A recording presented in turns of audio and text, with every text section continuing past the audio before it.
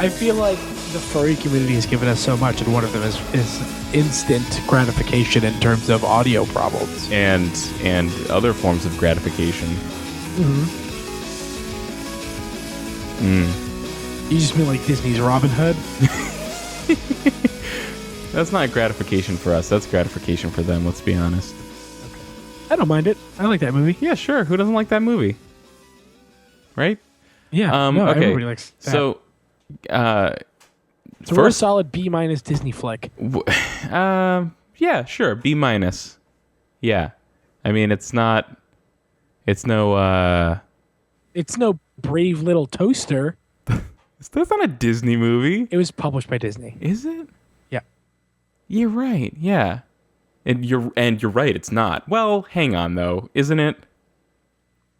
Like, listen, we all love the Brave Little Toaster, but if you actually go back and watch it, it's like, what's going on in there? I haven't gone back and watched it, but I'm sure that Brave Little Toaster is a better movie than... It's great. Yeah. It's great. Like it's great, but it's not great. I feel like it was just generally well received. I feel like every time... I've watched it actually quite a few times in the past 6 to 8 years or something. Mostly just totally of my own volition, like no children involved. I'm just like, I'm going to watch the Brave Little Toaster. And like the first time I watched it, I was like, yeah, that was awesome. And the next time I was like, maybe I was overzealous last time. Like I kind of go back and forth like that. Do you think that in rewatching a children's movie a second time you were tempting fate? Absolutely. Yeah, that's for sure. So, welcome to a podcast. Well, welcome to the latest, hottest podcast of Run Button. Welcome to the Run Button podcast about Star Wars. I am your host. Oh, is that's... First of all, obviously you're not the host. I'm the host, Kyle Churchill. You're my cohort, host, Keith Carberry. But that was going to be my first question. Is you just saw Star Wars today? Is this a Star Wars podcast, or is it a podcast featuring discussion of Star Wars? I don't think that I have time to do a podcast with any other things in it but Star Wars. Okay, all right. I mean, that's fine. Hey, listen, I feel like yeah. I feel like we go off. We get off. We get off? Do we? Yeah. So I feel like, if we decide to talk about something other than Star Wars, that's just who we are, Kyle.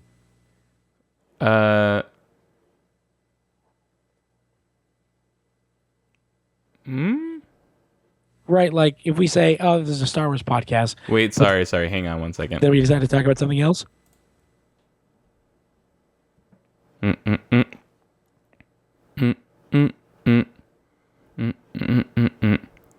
Oh, that's weird. You should list for Star Wars spoilers in the title of the stream. I don't think I get to set a title, or maybe I do and just don't care enough to do it. But here's the thing. I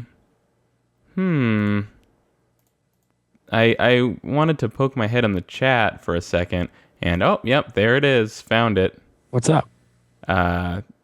They can only hear you, so I went and looked at the XSplit settings real quick, and I was like, yep, had my mic set as voice meter, and I'm not using voice meter, so there it is. Anyway, great. Let's rewind. You said that you don't have time for it to be anything other than Star Wars. Right. Let's pretend like all that didn't happen. That's a for real edit point. I'll even give you the lead in. That's what I was about to ask you. Is this going to be a podcast about Star Wars, or is it going to be a podcast featuring discussion of Star Wars? I think, a podcast featuring heavy discussion about Star Wars. Okay. So it's not all Star Wars? I would like it to be all Star Wars, That's but fine. It really sounds like you've got something you want to talk about. Man, Keith, there's just been so much happening, though. I mean, I think you're right. I think we really don't have the time for it. But it's too bad, because I've been playing the shit. I was playing the shit out of Mario Maker. I got a Steam Link and a Steam controller, and that shit's the shit. That's the shit right there. Oh, you got those.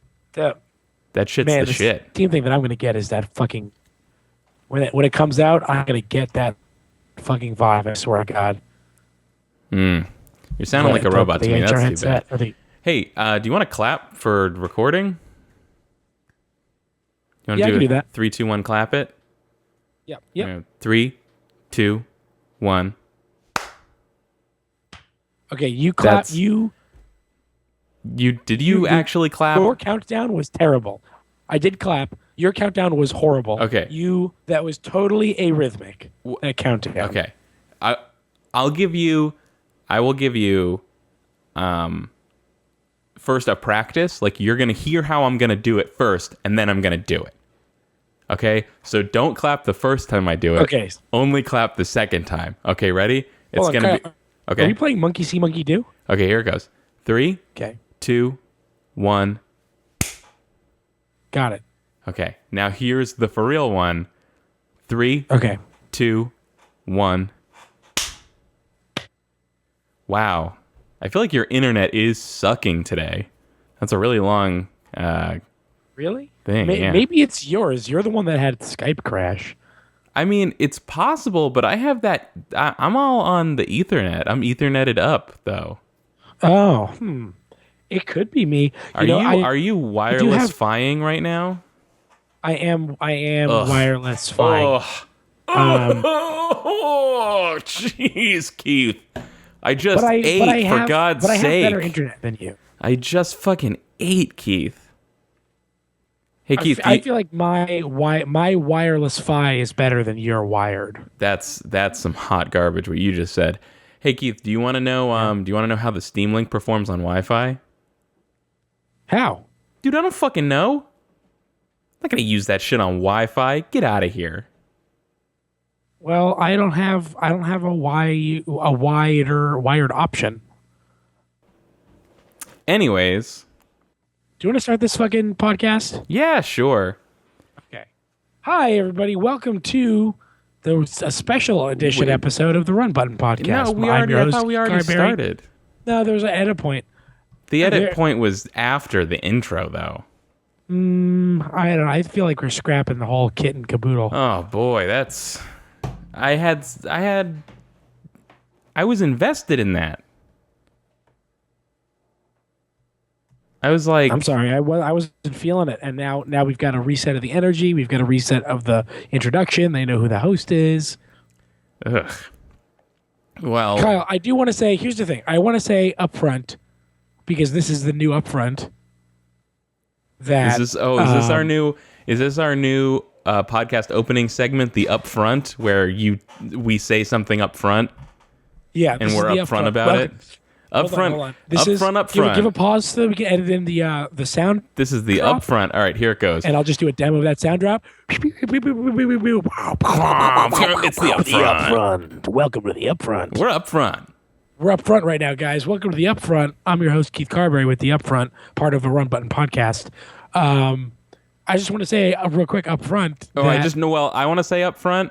Yeah. The reason I didn't correct you. This is an upfront within my upfront. Yeah, upfront. The reason I didn't correct you when you said that you were the host of the Upfront is because you are actually, Keith is the host of the Upfront. I'm not the host of the Upfront. I'm the host of the podcast, but Keith is the host of the Upfront. But you're also the host of the Upfront that lives inside my Upfront. Yeah, this Upfront I'm the host of, but this Upfront is over right now, and so you're going to hear the outro of this one. The Upfront.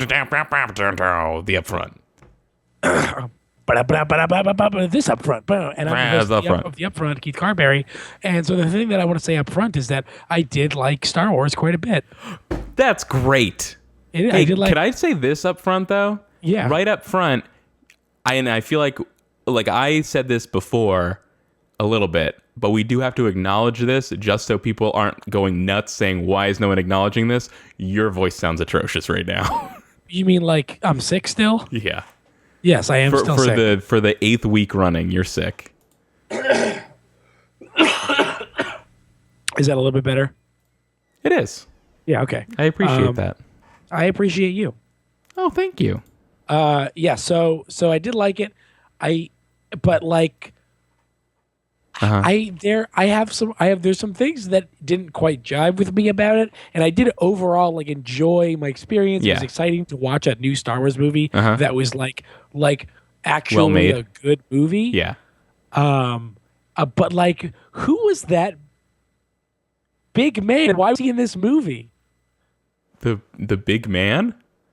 Oh, Supreme Leader Snoke? And that was there, and why were they? Oh, wait, Yeah, wait, he wait. was so. They were pretending like he was big. Hang on. I think we forgot when you said we're scrapping the whole beginning and we're throwing it Yeah. out. I think that meant we're throwing out, or maybe we just never said it, like Star Wars spoilers for the whole thing. I mentioned it. We were streaming it. I said you should turn the title to like, hey, there's Star Wars spoilers. Well, I mean, the title of the podcast will be spoilers. I put in for the people watching Okay. live, I put in the thing that said, hey, there's going to be Star Wars spoilers. Okay. Hey guys, are going to be spoilers. By the way, I just saw The Force Awakens for the second time on Friday. So this is fresh in your head too. Yes. I've only seen it the once, and I saw it last night. But they wanted you to think that man was so big, and it was weird. I did. I was really confused at first. I was like, is he a giant? And then, he fades away and it's sort of like scanliney and it's like, oh, I guess he was just an enormous hologram. Oh, which, I guess the Star Wars universe has figured out full color hologram. I mean, hey, maybe. Well, wait a second though. If you, in the fucking Empire Strikes Back, Darth Vader talks to the Emperor was a giant hologram and he was in color. I guess, okay, so the thing that I think was so striking about it was, like, so this hologram was way bigger than that big Vader that big Emperor hologram. You're right. And I mean, they're trying to trying to outdo the Empire. They're trying to go big. They are doing that. And also this guy, it was the only time where there was like CGI faces on screen for more than like a fraction of a second. And they would just linger on this fake ass face, pretending like he was so goddamn big. And it was really weird. I thought his face looked cool. Or it looked weird. It looked cool and weird. I don't know. And it's Andy Serkis, and I'm just like, oh, is it? Looks like, yeah. So this guy looks like Gollum, and he kind of sounds like Gollum. Oh, man. Wait, is the voice Andy Serkis too? Yeah. Oh, jeez. That's so funny because Nicole's been going up and down being like, this guy's like Gollum. This is like Emperor Gollum. And I'm like, I don't know. He's bald, I guess. Yeah, but also he's Andy Serkis. All right, I can't really fault the Gollum assertion at this point. And I just like and again, this is a very minor thing. I had problems with a lot of other things. This was just the weirdest thing that there were a lot of scenes with a giant man. Keith, you cut out for a second, but I did hear there were a lot of scenes with giant man. I thought it was only like 2 scenes. Like 3. I think that there was minimum 3 scenes with this man. Keith, do you have an Ethernet cable handy? No, there's no way for me to have a wired connection. Okay. That is unfortunate. Yes, I've never had a wired connection before, and I will continue to not. Huh. That's a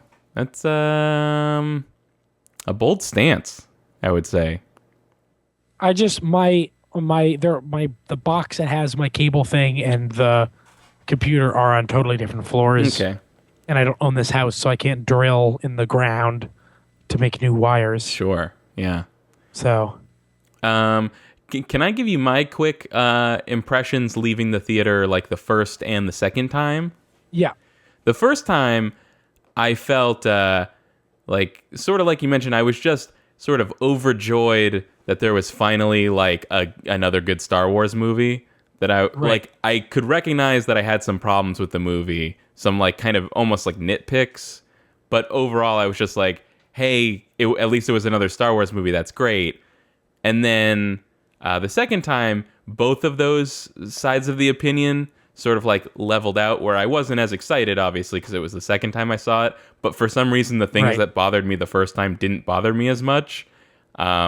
Especially the worst part of the entire movie, or should I say the stupidest part, Keith. You know what the stupidest part of the movie was? Well, I want to say that I think that the giant man was the stupidest part of the entire No. movie, and also the funniest. No, I don't think it was the worst part. I think it was comedy, and thus the stupidest. So what do you think is the actual stupidest? Is it the quintuple Death Star?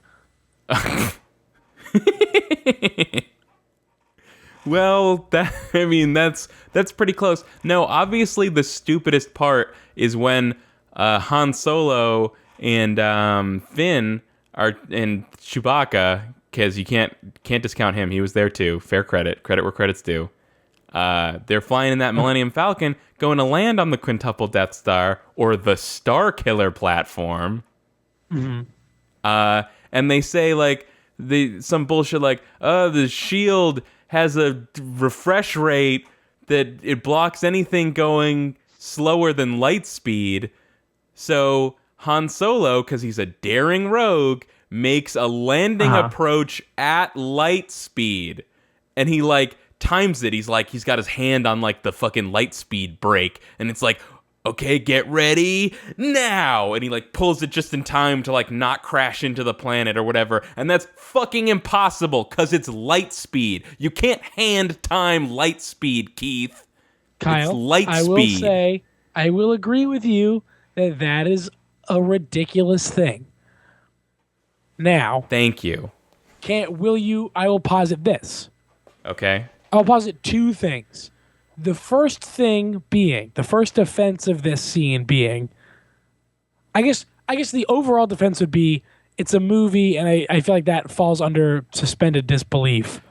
But yeah. ignoring that, because I think that's like I think J.J. Abrams is a great director, but he occasionally goes a little too far into the hey, it's a movie, shrug it off thing. A little too much for me, and like that's a great example of like when I think he goes too far. Is like the light speed I'll thing. provide two defenses. They do not cooperate. These are two separate defenses, and I don't either one of them works for you. Number one is that I feel like it is well established in expanded universe fiction that Han Solo is very obviously very strong in the Force, which is why he's like, really so lucky. Yeah. He's like Luke. Yeah. In like expanded universe stuff, Luke is constantly trying to get Han to agree to undergo Jedi training. So here's the thing. Since we've been seeing this movie, Nicole's been going on and on about all these theories. She's like putting things together, and she's like, I think fucking Han Solo's a Force user. And I'm like, shut up. That's the dumbest thing you've ever said. And she's like, no, I swear to God, it's totally true. Just watch. It could happen. And I'm like, it couldn't happen. But you're telling me it's happened? Already? Well, it's happened in the no longer canon expanded universe fiction. True, but also where he's not a Force user, but he is very strong in the Force, and it guides his actions and bullshit. A Force sensitive. Like, can you please be a Jedi? You'd be such a good Jedi. And he's like, no, I don't even care about Jedi stuff. Yeah. You know why he had to be Force sensitive? It's so he could see things before they happened, which means that even though he shot first, he knew Greedo was going to shoot. Mm-hmm. That's why. Yeah, that's exactly it. The second defense is that all of that shit is done on all of the hyperspeed shit is done with very advanced computers. Is it possible that he set the course for the Falcon to automatically pull itself out of hyperspace at the right time within the atmosphere of the planet, and then the pulling of the lever was just him getting the brake stuff ready? I must admit that did not occur to me until like a moment before you said it. And then I was like, nah, okay, fine. Maybe those are just like because he had to brake and then he had to like pull up. Maybe that was the pull-up lever. Yeah, to pull up. Pull-up lever. Because when you go to hyperspace, you set the coordinates of exactly where the fuck you want to come out. Yeah, you're right. I mean, it's not flying through hyperspace ain't like Dustin Crops, boy.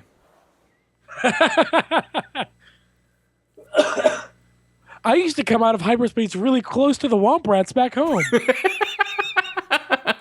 They're not much bigger than 2 meters. I did Okay, I'm sidestepping Star Wars 7 for a second. I'm going to give you a little tidbit here. I'm excited for this Before TV. After watching I didn't watch any Star Wars movies in the run up to Force Awakens because I was like, I don't need any of that extra shit. Plus, I've already seen them. I know what happens. I'm just gonna go in clean and see what I think of this movie on its own. Okay. Which I felt like was the right decision. But then after that, I was like, well, now I'm gonna watch all these movies.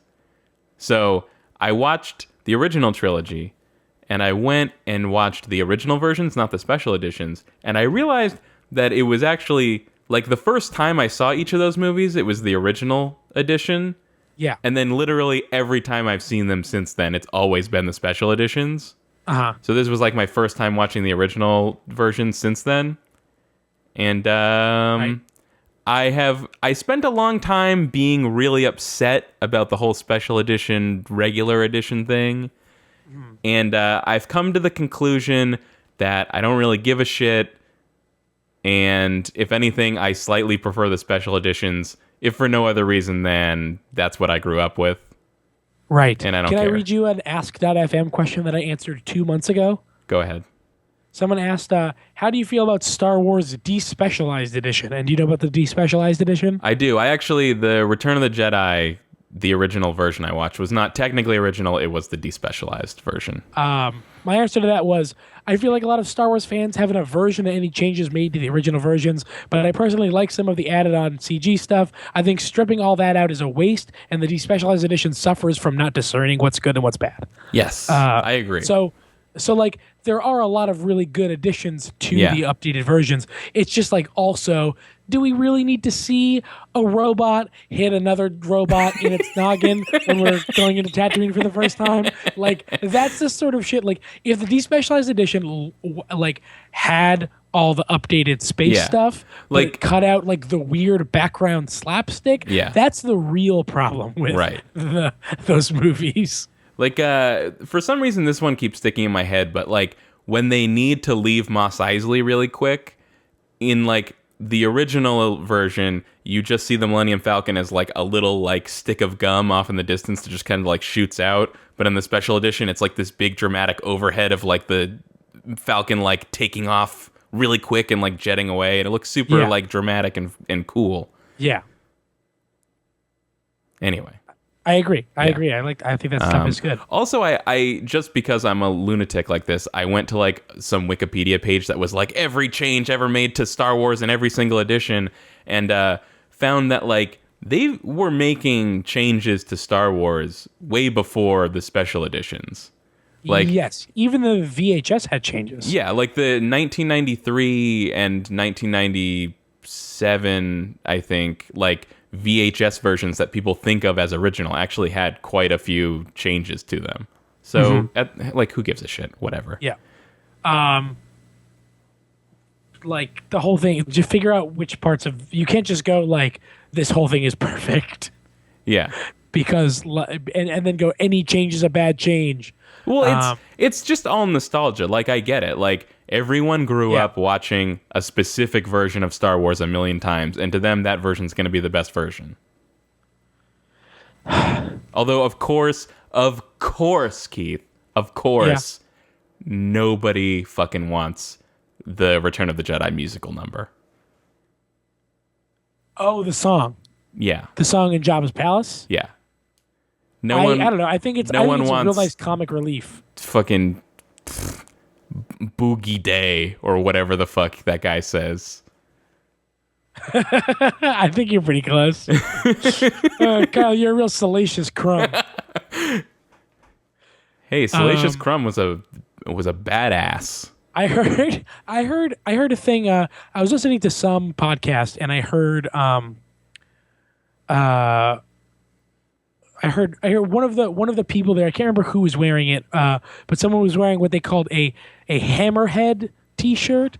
Hammerhead being one of the background characters in the Star Wars Cantina scene, and I was like, Okay. Hammerhead. Who's Wait, Hammerhead? is it the guy with like the weird flat head that curves? It's the Ithorian. Yeah, upward?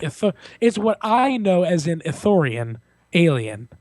Yeah. and- wait, let me look this and- up real quick. I'm pretty sure we're talking about the exact same thing, but I want to make sure. Yeah. And I thought it was very weird. I was suddenly hit with this sort of like this thing where all these adult men who are, kids when the Star Wars movies came out are all like super nerds for the Star Wars movies, but only the movies. Yeah. You know what I mean? Yeah. And that was a very weird thing. Like, to be as big of a Star Wars nerd as Paul F. Tompkins, but to only know the Ithorians by the name Hammerhead is very strange. Yeah. I've now that I'm like actually talking about it, I'm realizing what an insane rabbit hole I've been going down. But I actually like watched some YouTube videos of like people pointing out changes in different editions of Star Wars and like talking about them. Christ. I know. I fucking know. I know. That's some sort of shit I would pull. Sorry, wait. I mean, that's some sort of shit I have pulled. These guys, point out like in the cantina scene, like certain aliens are removed in the special edition and certain ones are added. There's even like one scene where they like superimpose a new one on top of an old one, and like they're just so fucking mad about it. And I'm sitting there thinking like, first of all, I grew up with this and didn't even realize it was changed. Also, it looks better. What are you so mad about? But it's like, yeah, of course it's just because I grew up with that one and they grew up with that one, and like I would be mad if they changed something like that. Probably, I don't know. I think part of the reason they changed it was because like they ran out of time and budget to make actual costumes and just fucking bought iParty masks. Yeah, like a lot of those aliens were just Halloween masks. You can tell because Deveronians are just little devil men. Deveronians. I love that you know what they are. Most of us just know it as the devil in the cantina scene. Yeah, he's a Deveronian. Yeah. I like the one I'm specifically thinking of that was like superimposed out was like the Wolfman, which it's just a Wolfman from a Halloween store. But whatever, like who cares? Star Wars is dumb once you start trying to. Oh yeah, I know the Wolfman. Okay, I just googled Star Wars Wolfman. That is just like a Teen Wolf mask. Yeah. Oh boy, Keith. What's that? Here's the thing. You know what they changed in the Blu-ray versions? By the way, I got a Best Buy gift card for Christmas, so I went and bought like the 6-movie Blu-ray collection. Okay. You know what they changed in the Blu-ray version was they changed the Emperor hologram scene where he's a giant emperor in Empire Strikes Back. They changed it so that the Emperor tells Darth Vader that Luke is his son. Which was interesting because I had just rewatched Empire, the original version, and was like, wait a minute, when the fuck does Darth Vader figure out that Luke's his son? And then I guess in the latest version, they changed it so the Emperor tells him. I always just felt that it was implied that Vader knew, like, through the Force. Does the Force tell you stuff like that? I mean, I feel like why would they even hide him if he could just tell through the Force? Okay, so here's what I mean. Like, remember in A New Hope when Obi-Wan lands on the Death Star, and then Vader goes like, I feel a presence that I haven't felt since, and then like very stiffly turns his entire body and then walks away. How could I forget? He felt like Obi-Wan was near him and he, just felt his presence. I feel like you can just feel like, I can feel that this is my son. Yeah, Keith, it's Star Wars. You could literally justify anything with anything. Yeah, so when you asked, you were like, "Can you do that?" And I was like, "Well, yeah, it's Star Wars. You can do whatever you say works." There's the example that I use all the time is in the expanded universe when a group of Jedi use the Force to throw a Sith fleet into deep space. No. I take it back. You can't justify anything with anything. That's my example of like a very dumb use of the Force is to Force push a Sith fleet. Hey, you want to get back to Force Awakens? Yeah, let's get back to Force Awakens. Does it upset you that it's basically just a reimagining of A New Hope? Yes, I do. I do like a lot of the parallels. Yeah, but I feel like they went too far with the parallel. Yes, like I like that BB-8 is just a new R2-D2, and I think BB-8 is great. But like, I don't think he also needed to be carrying very important map. And also the idea of a map. Chasing a droid with a map, finding a droid. They're on a fucking Death Star. Yeah. She has to escape from the Death Star. The idea of a map to Luke Skywalker is like the most insane thing. Like, Well, why? they don't Why explain is the map. Why did he leave a map? Do you want to? What do Do you? you want to? Huh? Do you want to know? Well, like, what I think is a very strange thing that is difficult to explain how it exists. Okay. So, like, Trash think can of robots. the time. What's that? Trash can Sorry, what's that? robots. No. I Like, know about those. Come on, we fucking love trash can robots, right? Like We do. Oh, you they mean the they mouse tried to droids? glue some shit on there to make it look like a robot, but it's just a fucking trash can. I know. I'm not sure. I know what you're talking about. Oh, I'm talking about like in the original Star Wars, like when C-3PO and R2-D2 are in that like sand crawler. And in other parts in those movies, Oh, there's yeah, a type of okay. droid that's just a trash can with legs. Okay, hold on. I'm gonna Google it. With like, and you can just robot. see like the Okay, push I door wrote where trash you. can robot, and it was like trash can robot Star Wars. Yeah. Oh, you mean them? Yeah. Okay, these things. Yeah. You can I know you can exactly they even what just you're talking have the door. They have the door where you put your Big Mac wrapper in the trash. This does look basically just like a trash can. Yeah. That's what I'm saying. One of the things though is an actual trash can, like a bring out your trash to the curb trash can, painted like R2-D2, and that looks very silly also. Okay, so but for real, the Force Unawakens. The Force Unawakened. That'll be the like the 8-bit demake indie game that comes out at some point. Do you think, were you as frustrated as I was by Rey just kind of guessing at how to be a Jedi in the Yes. last 30 minutes of the movie? Yes. Like okay, Rey lives in a world where she's not even sure if Luke Skywalker is a myth or not. Yeah. Like, she's never heard of Jedi. She's never seen a Well, Jedi. she has. The only one that exists is Luke Skywalker and Kylo Ren, right? She's heard of them. Like, Okay, she's heard of the. I she's believe never, that she at least knows what they're capable of, but yeah, like in a world where like Luke Skywalker tries really hard to like balance rocks with the Force, the idea that she like fucking made Daniel Craig let her loose and drop his gun is insane to me. By the way, that stormtrooper was Daniel Craig. First of all, I had no idea that was Daniel Craig. Yeah. Second of all, real quick, did you know that the guy that handed out the portions was Simon Pegg No. on Jakku? The guy that hands out like half a portion, that was Simon Pegg.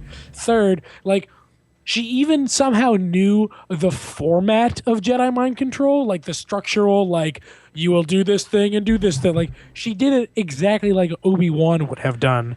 And it's like she's heard of Jedi maybe barely. She's never seen one, and she's never been to a class. She's never been to a class. See, I was thinking about it, and this is not a thing I thought would have been necessary, but I just thought it would have been really funny because I was thinking about like, I feel like the one sort of Star Wars-y trope that's missing in that movie is like the like wise old Jedi elder who trains like Rey in the ways of the Force. And I'm thinking about it, I'm like, okay, well, Han Solo is sort of that character, but obviously he's not a Jedi, but it would have been hilarious to see him trying to teach her how to use the Force, even though he doesn't really know how. Yeah, I do really like you mentioned him being the wise old mentor character, but only kind of. I did really like the scene where he was like explaining that the Force was definitely real. I thought that was very touching. Really? See, yeah, I thought that was kind of like un-Han Solo-ish to be like that. I think, because his first experience with the Force was like literally calling it mumbo jumbo. Yeah. But then he, ancient religions and hokey weapons, or hokey religions and ancient weapons. Ancient religions, hokey weapons. Ancient religions, hokey weapons. They're no match for a good blaster at your side. Yeah. Comma, kid. I feel like but then he said that, and then he had to, live through the Star Wars movies. Yeah. And so he was very clearly proven wrong because he saw the Force happen. Yeah. And, I feel like that is a pretty natural response for someone. Yeah. Like, it's like, the Force, that shit's just make pretend. And then he was like, oh, let me tell you, I used to think about how blasters were so good, but the Force, kid, hey. Okay. So, I have a couple points from this Okay. branching out of here.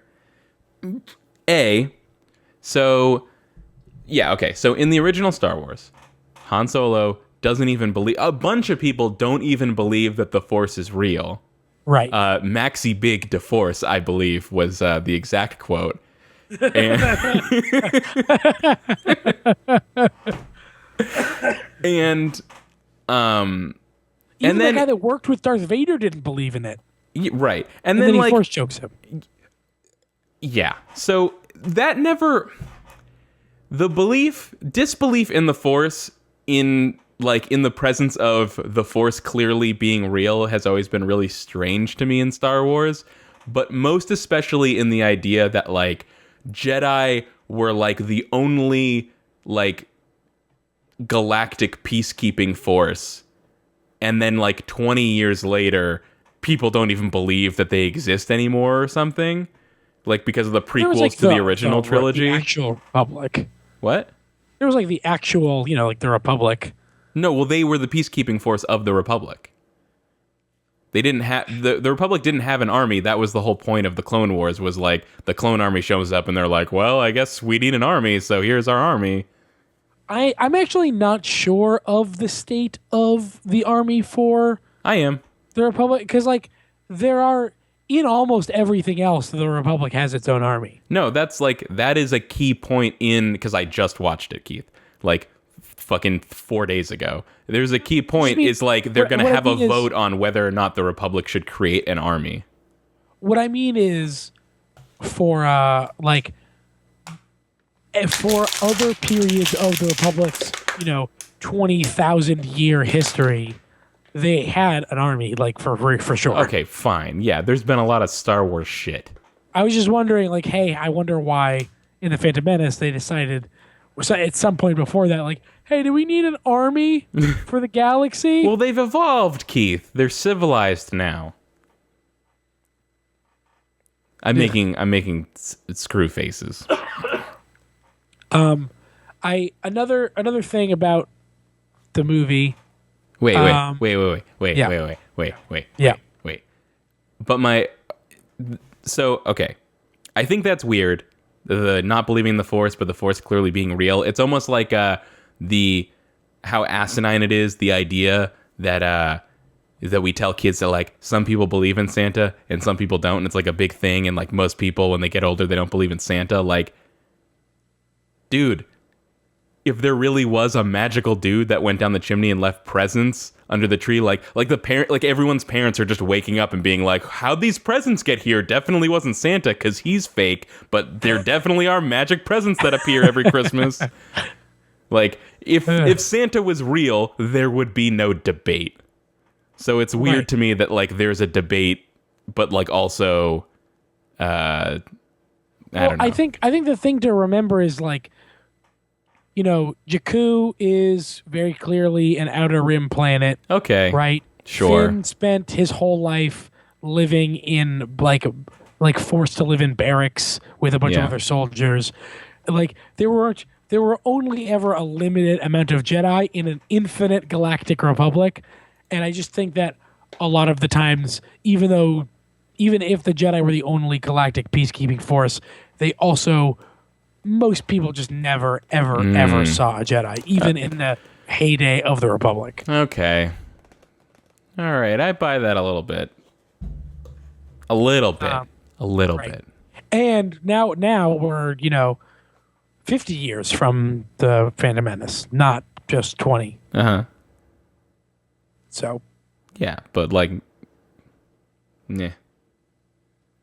Anyways, I feel like Jedi are mostly like a matter of fact in the prequel movies, and then in the original trilogy, it's kind of like they've been gone for like way longer.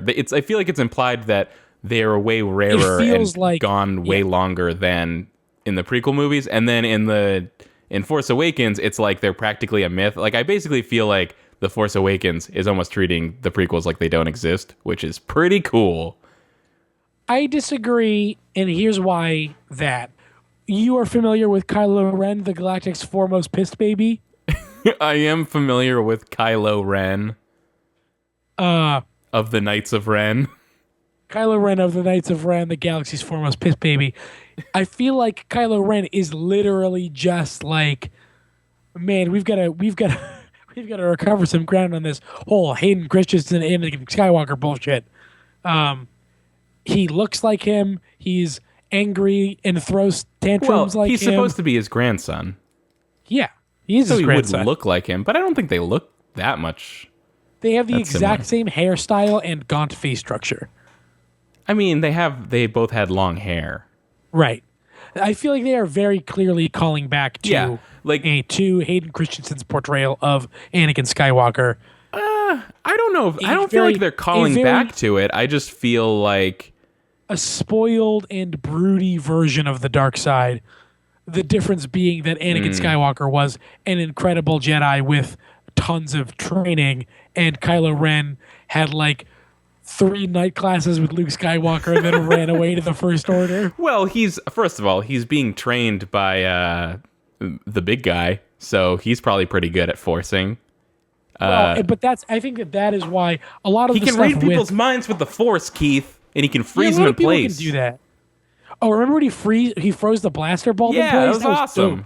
That was super cool. But anyway, I think like they make a big show at the beginning of Kylo Ren being Yeah. kind of like a badass. Right. I really think that he's meant to be sort of not talented or naturally gifted in the Force, but like just too young and too untrained to Yeah. be any real good at anything. Right. Like Which I think is I a very think it's Interesting quality of a dark Jedi. Well, yeah, I mean, it is kind of exactly the way Anakin was. What I think is really interesting about Kylo Ren's character is it reminds me of two things: the sort of like his petulance, and his struggle with like his sort of regret of being on the dark side and his like not really being sure of it. Kind of reminds me, or it makes me feel like that's probably what Darth Vader was like right after Episode 3. Yeah. So I think that's interesting because we never get to see that side of Darth Vader of like crap, I'm like an evil guy now, and I'm pretty Yeah, like, bad, oh, shit, but like, I'm, like, really I don't committed. know. I would. Sometimes I wake up and I wonder if I shouldn't have killed everyone I've ever loved. He just has a quick mental flash of the younglings. Yeah. Was that a step too far? The younglings. God, I can't. That's such a. That scene in Revenge of the Sith has always been really weird to me because it feels like it was thrown in there just to be like, okay, he's definitely bad. Like, there's no coming back from this, guys. This guy's a bad guy. But it's insane that he would go from where he was to murdering children like that quickly. We've talked about this before at such length, and I really do feel like there was a nuanced fall to the dark side To some extent.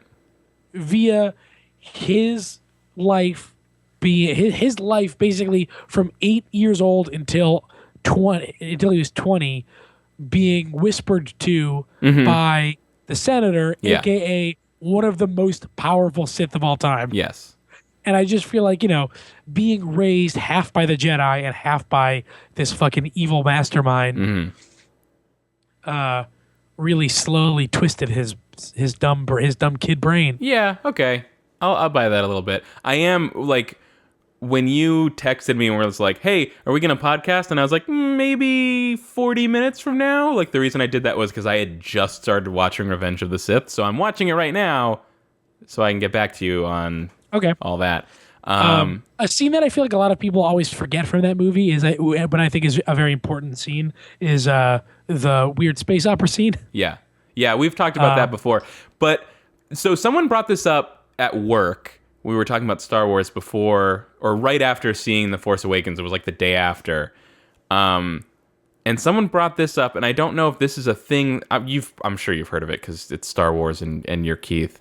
But the idea that either Palpatine or Darth Plagueis, his master, inadvertently created Anakin.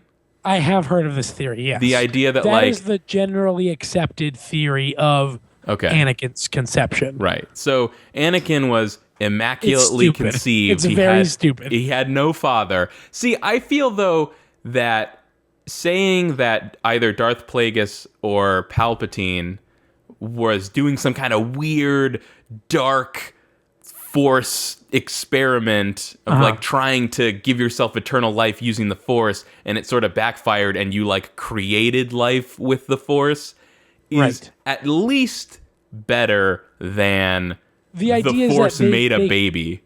The idea is that Palpatine like created his own demise. Yeah. Or it just by like he it's sort of like a Final Destination style of like in trying to cheat death fucking cheated him. More just like that's what it is.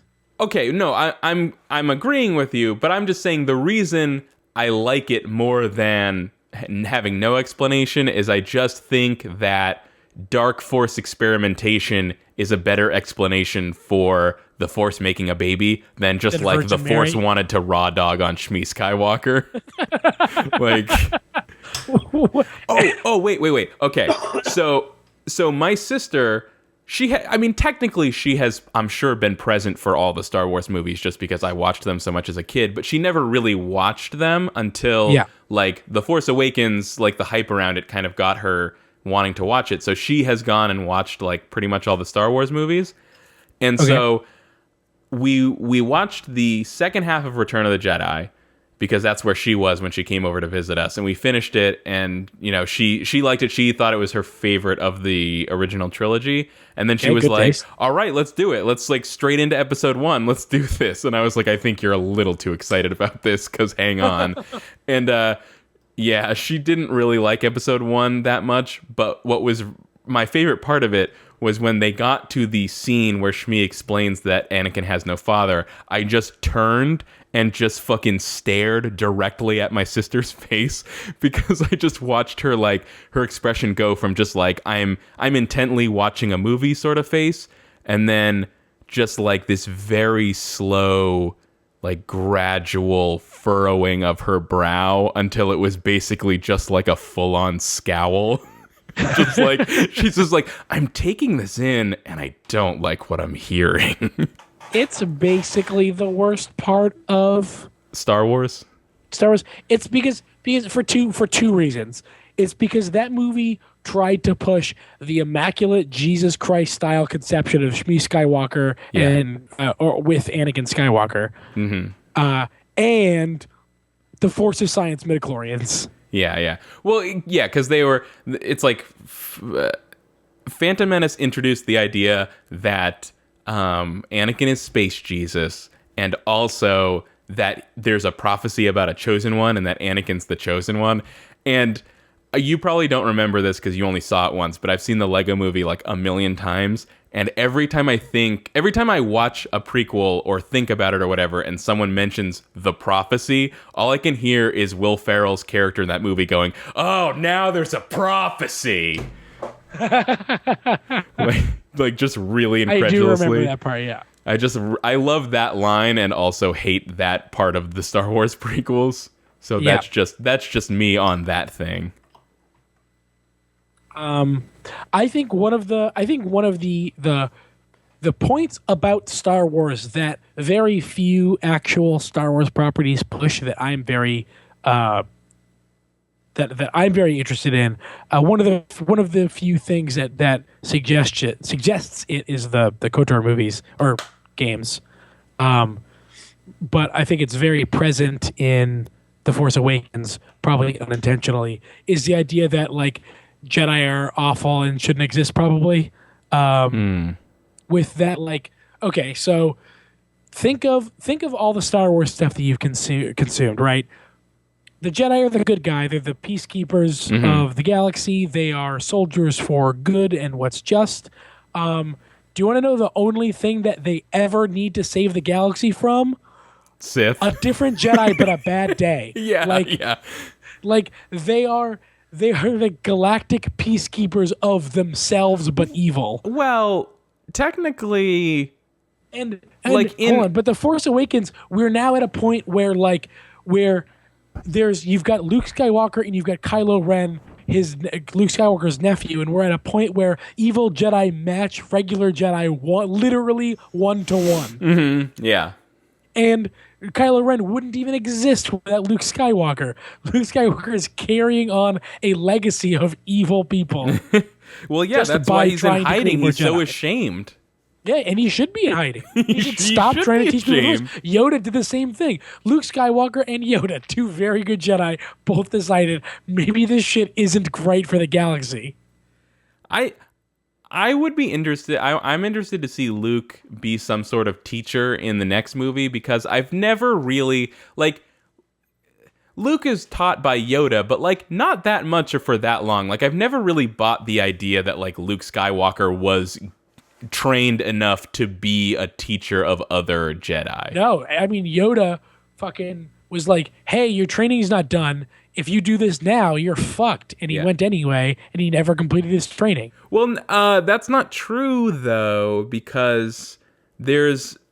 I think the implication at the beginning of Return of the Jedi is that there was a lot of training in between the two movies that you don't see, and that's why Yoda tells him at the beginning of the movie that his training is complete, and the only thing left to do is confront Vader. Ash, it's hazy. Yeah. Who do you think Rey is? Everyone's been speculating. Is it Kylo Ren's sister? Is it Luke's daughter? Is it someone totally different? It felt like a Luke's daughter thing to me. I go back and forth.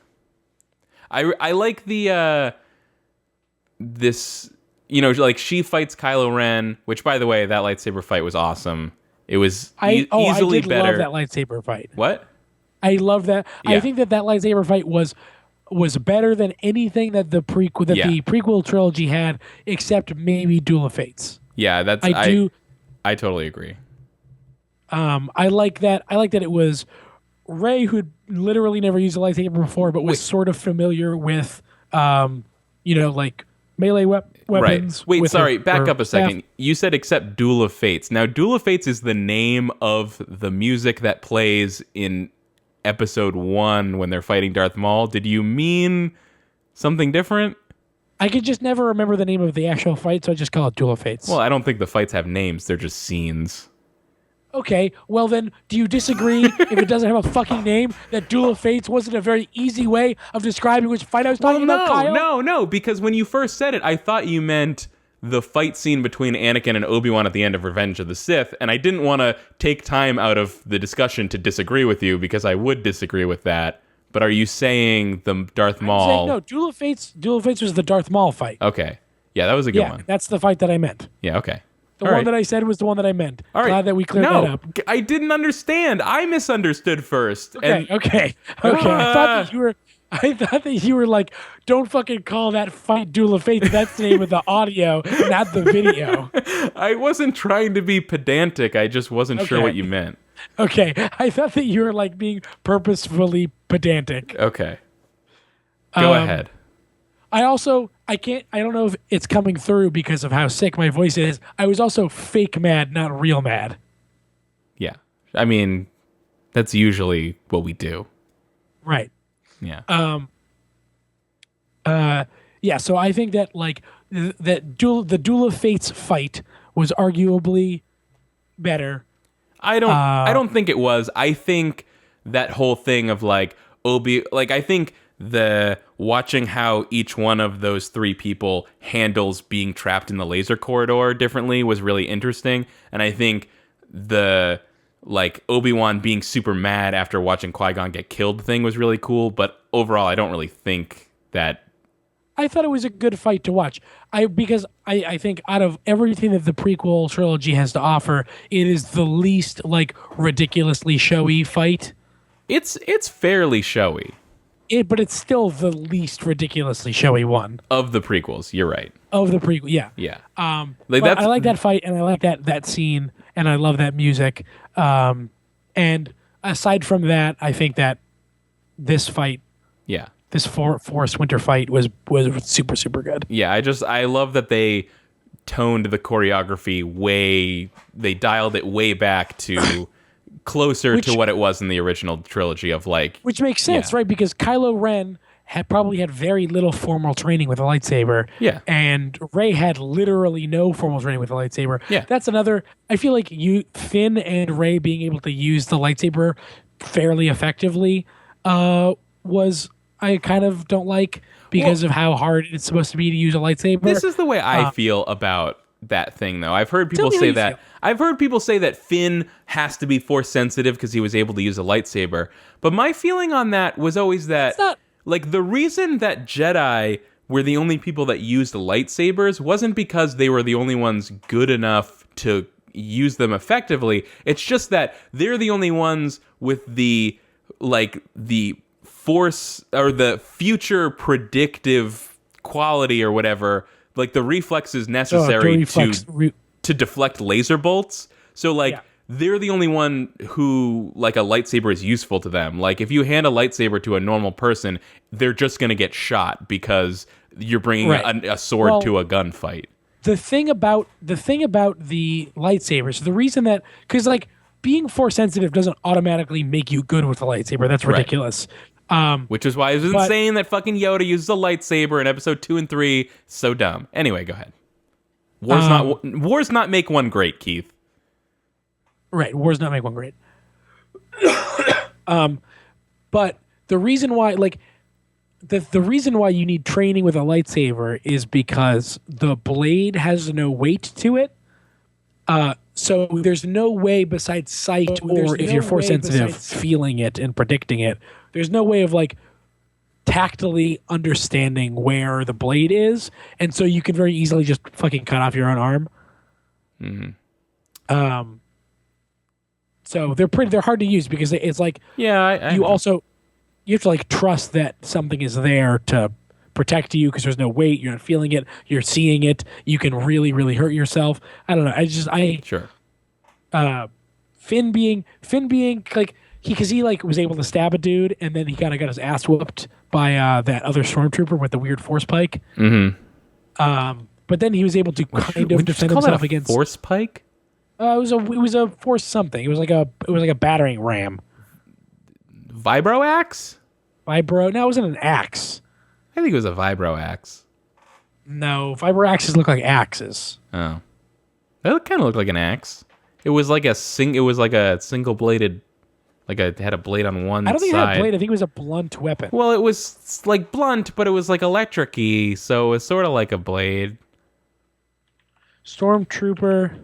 Listen, vibro weapons have never been depicted in the movies before. You don't fucking know what they look like.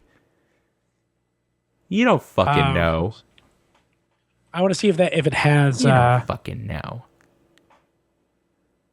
They have like I found pictures of what it is, but anyway, it definitely does not have a blade on it. Okay, fine. Nah. Anyway, man, we're running out of time. I could talk about this for like a whole other hour. Yeah. You know us. We could talk about Star Wars bullshit forever and minutia for like hours at a time, and we'll do it again. Mm-hmm. I think that there are certain like huge plot beats that follow A New Hope that kind of fall flat because of how important they are to this movie, but how they are very clearly mimicking A New Hope, such as the quintuple Death Star, aka Starkiller Base. It's so crazy. Like it's so crammed in there. Like it's barely like they barely give anything to that thing in the movie, really. Yeah, they just set it up so that they can knock it down. Yeah. And I know, like, again, I know it's not really what Star Wars is about, but it drives me crazy, the idea that, like, the Death Star was built over, like, 20 years with all the money from, like, this government. I was trying to say this earlier and totally forgot. This government that, like, controls the entire galaxy. But then these upstarts built it instantly with what money? Yeah, with what money and with what people? And it's like... And it's huge. It was 5 times more powerful, right? And it was visibly like 8 times bigger. Well, this was unclear to me, though. It didn't look like it was entirely mechanical like the Death Star. It looked like they built something into a planet. Yeah, which is a cool idea. It is a cool idea, but I'm like... Like where? Yeah. So there was 30 years between uh, Return of the Jedi and this movie, I or think something well like that. it was 19 because 19? Luke was just born at the end of 3, and then he's 19 in A New Hope. No. There was 30 years in between Oh, sorry. Return of the Jedi and Force Awakens. Sorry, yes. And so, like, I don't know. My friend Art, I was complaining about this bullshit to him, and he was like, his understanding was that the First Order started pretty quickly as a fringe group outside of like of the Outer Rim. So like maybe they've been operating for 30 years. I still don't think that Sure. explains where they had the money or resources or Right. manpower Yeah. to build the fucking gigantic thing they did. Also, I feel like just real quick because I have to go soon. I just feel like the Nazi symbolism was a little heavy-handed, and Yeah. it kind of already was. Yeah. Like not like the Empire is Nazis was already just a hair under too much, and this was just like, let's add rallies and red to everything. Yeah. That's what I didn't like. I didn't Agree. like. But hey, Keith, Star Wars is Yeah. good again. It is good again. Oh, you know what I loved? You know What? what I couldn't get over? I couldn't get over how much I like the new design of the Stormtrooper blasters, Oh, really? the black and white ones. Yeah, I thought they looked really good. I wasn't sure I liked the white. I think I really like the white. All right. Uh, I really liked Maz. Like this is the first time I've ever thought this in my entire life. I was looking at that blaster and I was like, I want a toy of that. Hold on, I'll get you here. Take a look at this. Take a look at this picture and tell Okay. me, because in the movie it's hard to like get a real good look at it. Whoa. That actually looks different from the way I thought it did in the movie. I guess that looks pretty cool. I think it looks pretty cool. Yeah, okay, sure. Yeah. I really liked, but like I was saying, I really liked that Maz character, the alien lady with the weird glasses in the cantina. Yeah, I liked her. How do I you- liked someone knowing about the Force, but not actually being a Yeah. Force user Yeah. or anything like that. Like, hey, I'm not a Jedi. I've just been alive for a really long time. Yeah, so I maybe remember Yeah. when there were Jedi. Here's the thing I want to know about, though, and I think it's weird they didn't bring this up or didn't explain this in the movie. I kind of hope there's like an extended edition of this movie that comes out because I feel like a lot of it feels heavily edited. But there's this part where I forget who it was or what the context was, but it's someone from the First Order who's like getting really mad, or it might have been the rally scene or something. They're getting really mad and calling the Republic liars because they're like apparently like the Republic is secretly funding the Resistance, but then publicly saying that they have nothing to do with them. Yeah. But I'm thinking this about it. was- I'm like, in what world does the Republic need to be secretive about taking on the First Order? They seem clearly evil. Why would they not just be like, yeah, of course, we're Yeah, fighting the that's- First Order? There was so much stuff that we were talking about and so many tangents we went on that I forgot that one of my biggest issues was that they kept on calling what looks to be like, because okay, so just like step by step, Return of the Jedi ends. Luke Skywalker helps like Mon Mothma and the Fishman and Leia Organa establish the new Republic, Okay. right? I think And I know where you're then- going with this, and I have an answer. Go ahead. And then at some point, the First Order shows up Uh-huh. and is in charge, and Wait. there has to be a secret resistance against them. No, they're Why not- are they they're a not in resistance and charge. not just the Republican army? They're not in charge. But like, what is the? I guess what I'm saying is, why is it? Why is there a resistance? Like, it just feels like they just wanted to use the terminology of A New Hope again. Well- where like it shouldn't be the resistance; it should be the army of the Republic. It should be the Republic Army. Well, I think technically, I agree with you. It's weird. Maybe it's the Republic. They're back to like not having an army. Maybe they're not allowed to have an army because they were like, well, listen, the Republic had an army last time and it went way bad, so we're never gonna do that again or something. That might be an idea. But I think like I forget who it was, but I was talking to somebody and they were like, it doesn't make sense. Why were they rebels before and now they're the resistance? And I think it just like the terminology just has to do with who's the establishment. Like their empire They was the just wanted- they just establishment, wanted and the rebels were fighting against them. But in this one, the resistance is sort of like the establishment. They are resisting No, I the. think resistance is still anti-establishment. I think that they're trying to pretend like the First Order is the establishment, and they're the resistance to the establishment, and the Republic, just like the still existing Senate in A New Hope, had to secretly back Yeah. the resistance. Maybe It's the same shit, remember? Because there was still a Senate in A New Hope, and they had to secretly back the rebels. And it's the Yeah. same shit. Like, why is the First Order in charge? How did that happen? Like, what the fuck? It doesn't make any sense. I think the First Order might have like control over a certain segment of the galaxy. But then why does the Republic have to pretend to be diplomatic with That's what them? I'm saying. I don't know. It doesn't make any sense. It's stupid. Fuck this movie. This movie sucks. This movie sucks. It doesn't make. Here's the thing. It's a better movie than the prequels in terms of the way that Everything. it interacts with themes that are important to or the original Star Wars movies, and the way it visually represents Star Wars related things, but it doesn't make sense in a lot of the same bullshit fucking ways that the prequels didn't. I don't know if I completely agree with that. B- tops. I am not willing to say necessarily that it doesn't make sense because they never really give any explanation for it, which is frustrating. I guess what I feel is like I wish they had explained it, but that doesn't discount the possibility that there will be a good explanation in the second movie. Yeah, we're counting on Rian Johnson. Is that the director? That's the director of one of the upcoming movies. Oh, okay. Rian Johnson is directing Episode 8. Isn't Rogue One supposed to come out in like May or something? I don't know. I'm pretty sure it's really soon. But you know Rian Johnson, right? I mean, he's the director of 8, which you just said, and I heard something about him, but I don't remember what it is. Isn't it like he only has like one movie or like one good movie? He has he did Looper. Okay. And he did Brick, and he's done some other interesting projects. Yeah, Looper was an interesting project. I like Looper. I thought Looper was a good movie, but it as a fan of time travel, it drove me nuts that like it didn't even a little bit make sense in terms of like time travel. It did a little bit make sense. No, it didn't. I think it's all. I know. I think it makes sense. There are like scenes where someone's like disappearing piece by piece, or they're like decomposing or something. And you also hate Back to the Future because they died in the past.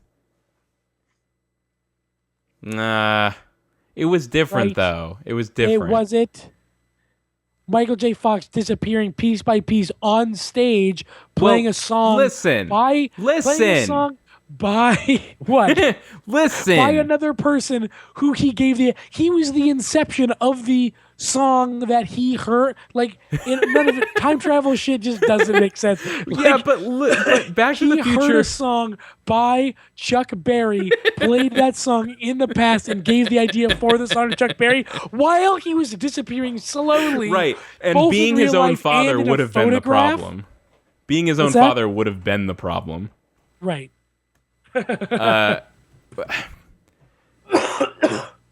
But the thing is, Back to the Future is silly, and Looper was trying to be pretty serious.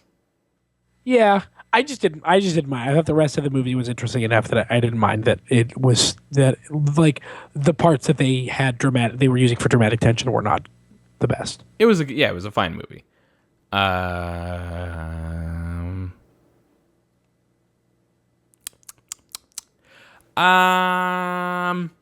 Anyway, I feel like Rian Johnson's a person that could do a pretty good job directing a Star Wars movie. Really, what I want is better writing for these movies. Yeah, people to engage with the underlying themes of Star Wars and what makes Jedi sort of weird and what makes the Republic not work and why Jedi fall to the dark side and who. What makes the Republic not work?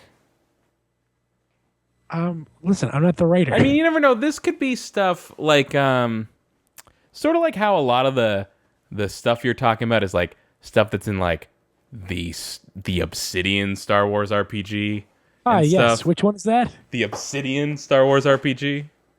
A KOTOR 2. Yeah. Knights of the Old Republic, Part 2. Mm-hmm. That might be a thing that could be tackled in like one of these side movies, because it seems like Disney is like set on doing the like Marvel-esque, like a Star Wars movie every year, but it's not, Several Star Wars movies every year. Yeah. So, you could get your like weird side movie that's all about weird Jedi politics and shit. Looks like Rogue One is scheduled for December 16th, 2016. Aw, that's longer than I wanted it to be. And then episode 8 is scheduled for May 26, 2017. Oh, okay. So those two are right next to each other. Gotcha. Very excited to see more of Poe Dameron. Nah. Everyone is, but Oscar I don't. Here's the thing. I'm not an Oscar Isaacs fan to start with. I've never seen a movie that he's been in or noticed that he was in it if he was in that movie. You just want to watch Finn and Poe bone down. Because they're going to fuck, right? You're a big fan. You're on the Finn Poe train is what I'm hearing. I didn't know that was a train that existed already. Yeah, there's the internet, so any train you want to ride on, it's on the tracks already. It's very, very heavy-handed. The Finn Poe train. Like what in the movie? The movie, yeah. I feel like it is. There's sure. Okay, they meet for 5 minutes, and then the next time that they see each other, they're basically making out. And Poe gives Finn his jacket because of how good it looks on him. It looks pretty good on him. It's a good jacket. Yeah. Okay, I have to go. Yeah, You have I should go. Closing thoughts. There's so many more things about the movie that I want to talk about. So many more things, and like I said, I've been watching all the other Star Wars movies, so now I have plenty of shit I want to say about all these other movies too. All right. Well, we'll do a part 2. We got to start that weekly Star Wars podcast I talked about. Yep. Hold on, I'm gonna send you a picture that I just saw. Okay.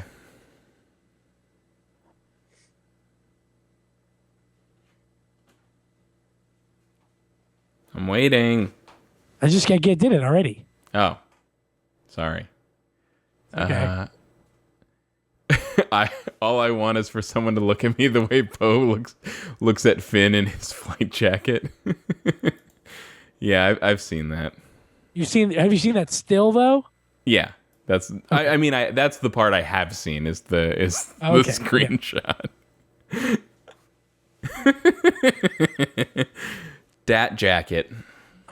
It's a good jacket. Dat jacket. Oh, you know what? You know what I really like? Just real quick, I want to go out on a very, very small note. When Carrie Fisher sees Harrison Ford, he goes, Harrison Ford, aka Han Solo, goes like new hairstyle, and she goes, same old jacket, and he looks at the jacket, and he's just like, new jacket. I thought that was very funny. I thought his jacket was more obviously new than her hairstyle. I was like, what do you mean new hairstyle? Well, to be fair, when we saw the trailer, he was wearing that jacket. He was like, and he's wearing the same fucking jacket. Yeah, you're right. You're right. Because I like that it's a new jacket, but it might as well be the old jacket still. Oh, shit. Wait, no. Okay. This is what I want my closing thought to be. Beside the fact that I just really liked it, was I fucking loved the whole running bit about Chewie's laser crossbow. Yeah. It's always kind of been there and it's never been acknowledged. And then, like, I love the idea that, like, Han Solo's like, why have I been ignoring this thing the whole time? They've been hanging out for like more than 4. They've been hanging out for like 4 decades, and he finally was like, "Hey, can I try that? Hey, why are you carrying that around all the time? Oh, wait, it's actually really good. It's really good." Yeah. So, I also remember when we were talking about like the pay scale for this movie and about how much money Harrison Ford got for it and how crazy that was. And with the exception of Finn's character, Rey's character, and Kylo's character being paid very little money for the movie. because they were all on screen pretty frequently. Finn and Rey being the most shown characters in the whole thing. Like Carrie Fisher and Mark Hamill both got paid very little. They were both in the movie very little. Yeah, like they both did. Like Mark Hamill didn't even do a day of shooting. Let's be honest. He didn't. Yes, he didn't have a line. He didn't say anything. He didn't say anything. Yeah. He said literally he gave one wayward glance. wait, no, Keith. He crouched down and put his hand on R2D2. Kyle, he was paid like $800,000 No, for he a was paid wayward like glance. he was paid like $1 million. I think he got less than $1 million. I thought he got less than $1 million. No, I thought he got $1 million. But yeah, see, here's the thing. People were like, oh man, why does Harrison Ford get $50 million? First of all, because he's fucking Harrison Ford. He can ask for it, and people will go see movies with Harrison Ford. And B, because they actually got Harrison Ford to act, which costs extra these days. Like that's what that money was. I think that Harrison Ford puts into a movie what the movie deserves for it to be put in. He has not been in blockbuster movies recently. It's true. He's in paycheck movies is all. It's true. Let's see. But that's what I'm saying though. People are like, why did Harrison Ford get so much money? Is because they wanted him to actually do it. Mark Hamill and Carrie Fisher took home salaries in the low 7-figure range. Jeez. So Mark Hamill got paid, like they're saying Mark Hamill or Harrison Ford got paid more to be in this movie than almost any other actor for any other movie. But like Mark Hamill got paid more for doing less than anyone's ever done. Yeah, like if you want to talk about the guy who really got paid for his input, it's definitely Mark Hamill. Yeah. I'm sure that in the next movie he'll be in it a lot and will get paid something comparable. Yeah. He'll probably get like $12 million. Yeah, not as much as Harrison Ford, because let's be honest, Mark Hamill is still not Harrison Ford. No, he's the Joker. The voice of the Joker does not demand as much as the guy who asks you politely to get off his plane. Oh, you're talking about President Ford? Yeah, President Ford. Was that who he was playing, right? Gerald Ford? Yeah. The movie's about Gerald Ford? Oh, God. I forgot there was. I forgot there was a real President Ford. Yeah. All right. We should be done, right? We should be done. Okay, B-. I give it a B-. What do you give it? You give it a B-? Yeah. That's harsh. What? No. We spent a ton of time talking about how good the movie made us feel, but that it essentially made no sense. I still really liked it. Okay, what do you want to give it? An A-? I'm gonna give it an A-, maybe even an A. That's A-. harsh. I'm going A-. I'm going B-. Here's the thing. I'm saying if I see it again, I could go up as high as a B. Here's what I'm putting down on this. Yeah. A- for the movie, but for bringing Star Wars back after that decade and a half long nightmare that we had, A++ would Star Wars again. That's where I think you're wrong about this whole thing. For you to give this an A-, but to give the prequels a nightmare rating is crazy. On a scale of on a normal grade school scale, you give this an A-, and you give that a what? Nightmare plus? What? Those movies. I give them a check minus. Do not do a good job of explaining themselves. They do not do a good job of fitting into the Star Wars universe in a way that's satisfying. But they are essentially at worst slightly bad. Yeah, no, they're slightly bad movies, but as Star Wars movies, they're fucking terrible. But I'm asking you to rate it as a movie. They're not even I think that they're at worst slightly bad.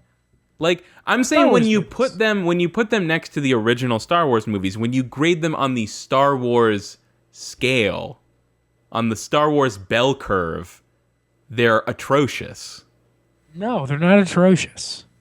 Well, That's crazy. We'll have to That's agree crazy. to disagree. It is crazy to me that you would call that atrocious, but would call The Force Awakens, with all of its very apparent flaws, an A minus. But that's my point. Okay, you know what? I'm gonna stick with the A minus. But I do see your point. But here's what God damn it. What I'm trying to say, or what I have been trying to say about why the prequels are so bad, is that to make a great Star Wars movie, I'm not saying it's really easy, but it's not as hard as the prequels made it. Like, you just need certain things. You need people with, like, people that you want to root for, like maybe some lightsabers in there, like an X-Wing or two, a giant thing that blows up other giant things, and like that weird targeting computer that's the two pieces of graph paper. We were just complaining about how one of the problems with the new movie was that they just stuck a giant thing to blow up other things in it. You're right. I was just saying that.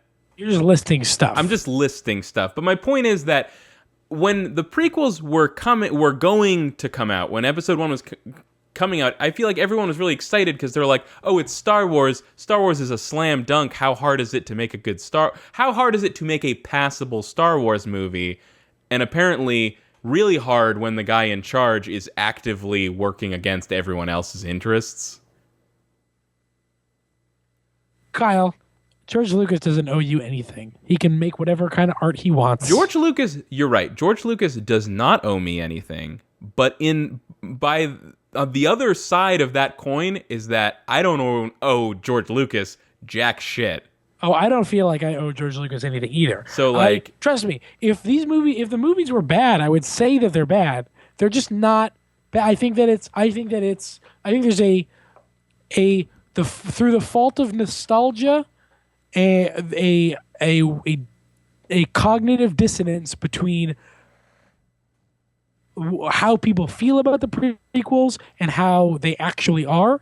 And I think that the fact that you could call them atrocious and call The Force Awakens an A minus is proof of that. I think that this is at minimum a full letter grade higher, better quality than the prequels. I think this is a B minus. I would call the prequels a C minus.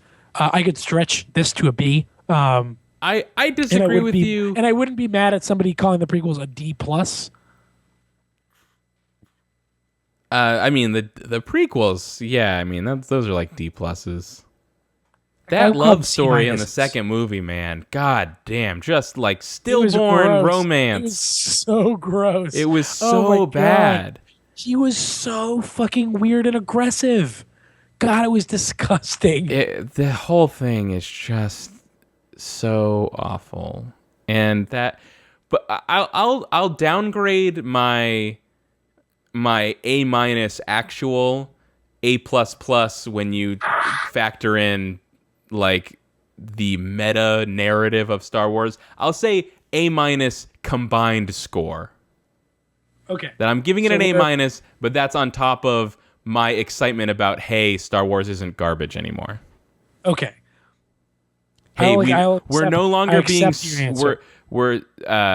no longer being strangled by a Dianoga. We've made it out of the trash compactor. Is that what those are called? Yeah, I learned that recently. We learn something new about Star Wars every day. Mm-hmm. I mean, there literally is a new thing to learn every day because they had to name everything in that universe. The fans, it's an entire universe of what's that? The fans had to go and name every single piece of equipment, person, race of things, and planet in that universe. When you said the fans, I thought you said the band, referencing the name of the Star Wars Cantina Band, a.k.a. Figure and Dan and the Modal Nodes. That's not true, is it? It is true. I thought that you were talking about Figure and Dan and the Modal Nodes. Let's leave it at that. But of course, Keith, my point was every single thing in that galaxy named except what? Yoda's species. That's right. God, what a bunch of shit. If J.J. Abrams or whoever, if one of the new Star Wars movies has the balls to name Yoda's species, I will instantly upgrade that movie to an A. Because it will have been the only Star Wars movie to understand what is wrong with Star Wars. All right, that's our Star Wars thing. Later this week we'll be recording our Game of the Year podcast, so come on back for that. Come on back. Meanwhile, come on listen to some back. Figuring Dans in the Modal Node. Yeah, here they are. Take it away, boys. Do you know the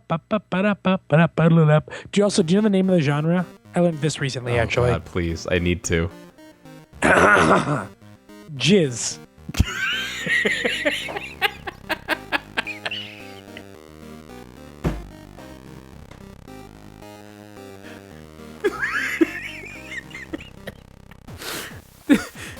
I'm not kidding. Jizz, Wikipedia, starwars.wiki.com/wiki/jizz. Jizz was an upbeat, swinging genre of music most notably performed by Figurin' Dan and the Modal Nodes and the Max Rebo Band. Shut up. Shut this whole thing down. Shut Other them all notable down. Jizz Hurry. Include Bobolo Baker's All Bith Band, Ever Orberus and his Galactic Jizz Whalers, Hut, Figurin' Dan 2 and the New Modal Nodes, and the Sawzonals. Okay, stop it. This is over. I'm hitting stop.